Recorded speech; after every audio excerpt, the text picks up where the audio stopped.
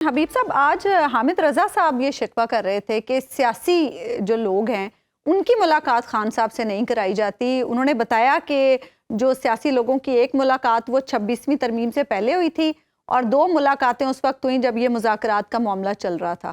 اس کے بعد ملاقات نہیں ہوئی سیاسی لوگوں کی خان صاحب سے. تو کیا وجہ ہے کہ خان صاحب سے ملاقات نہیں کرائی جاتی سیاسی لوگوں کی؟ آپ کو پتہ نہیں ہے یا آپ جان کے مجھ سے سننا چاہتے ہیں؟ نہیں، میں آپ سے سننا چاہتی ہوں، ہمارے ناظرین آپ سے سننا چاہتے ہیں. اچھا، پتہ ہے آپ جی اچھا دیکھیے، ایک بات تو یہ ہے کہ جو بنیادی بات جیسے ہم نے یہ پہلے بھی بات عرض کی تھی کہ جب مولانا فضل الرحمان اور پی ٹی آئی ایک دوسرے کے قریب آئیں گے تو سب سے پہلی اس کی کیجویلٹی یا اس کا اثر جو ہوگا وہ یہ نظر آئے گا کہ اب لوگوں کی ملاقاتیں عمران خان سے روک دی جائیں گی.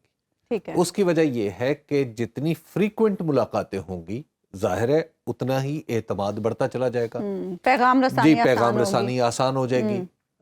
عمران خان صاحب اس بات پر یکسو ہیں میری معلومات کے مطابق کہ مولانا فضل الرحمان کے ساتھ مل کر پاکستان تحریک انصاف کو چلنا چاہیے، اور مولانا فضل الرحمان بھی یکسو ہیں کہ اس بات کی وہ ضرورت کو محسوس کر رہے ہیں کہ پولیٹیکلی ان دونوں جماعتوں کا ساتھ چلنا، مل کے کوئی تحریک چلانا بھی ایک زبردست بات ہے.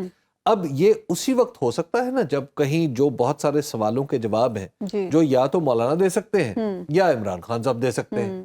تو مولانا کا تو جیل میں بند نہیں کیا جا سکتا اور وہ تو آرام سے اپنے گھر میں ہے، لیکن عمران خان صاحب تک ایکسیس تو روکی جا سکتی ہے نا. تو لہٰذا عمران خان صاحب تک ایکسیس روکنے کا مطلب یہ ہے کہ وہ جو بنیادی سوالات ہیں ان کے جواب نہ مل سکے. مثلا یہ جو اتحاد ہے اس کی شکل کیا ہوگی؟ نمبر 2 تنظیمی شکل کیا ہوگی؟ نمبر 2 اس کا سربراہ کون ہوگا؟ نمبر 3 یہ کس ایریے میں اپنا کام کرے گا؟ کس ایریے سے مراد not geographical area of politics میں اپنا کیسے کام کرے گا؟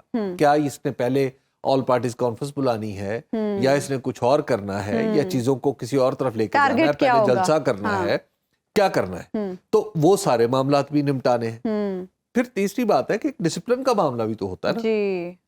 مولانا فضل الرحمان اس معاملے میں بڑے پرٹیکولر ہیں. آپ کو یاد ہوگا کہ جب پی ڈی ایم بنا تھا تو ان کے اقدامات کی وجہ سے پیپلز پارٹی جو پی ڈی ایم کی بانی جماعت تھی وہ الگ ہو گئی تھی اور اے این پی کو بھی الگ ہونا پڑا تھا.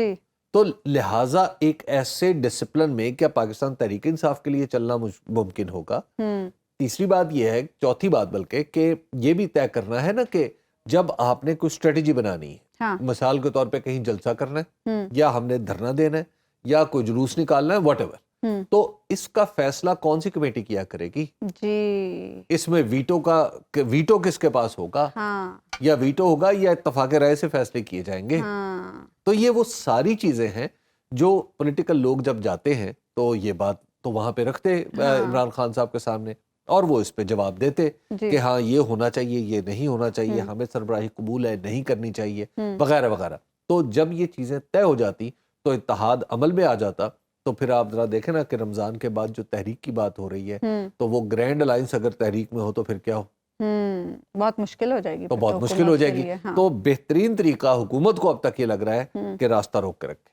تو آپ کو رمضان کے بعد تک یہ گرینڈ الائنس کچھ میچور ہوتا دکھائی دے رہا ہے؟ کیونکہ ہم نے جب کل بات کی تھی صاحبزادہ حامد رضا صاحب سے اپنے پروگرام میں تو وہ بھی یہ کہہ رہے تھے کہ ہم بہت آگے آ گئے ہیں جے یو آئی کے ساتھ، اور کامران مرتضیٰ صاحب کا بھی ایسے ہی بیان تھا کہ معاملات کافی آگے تک آ گئے ہیں.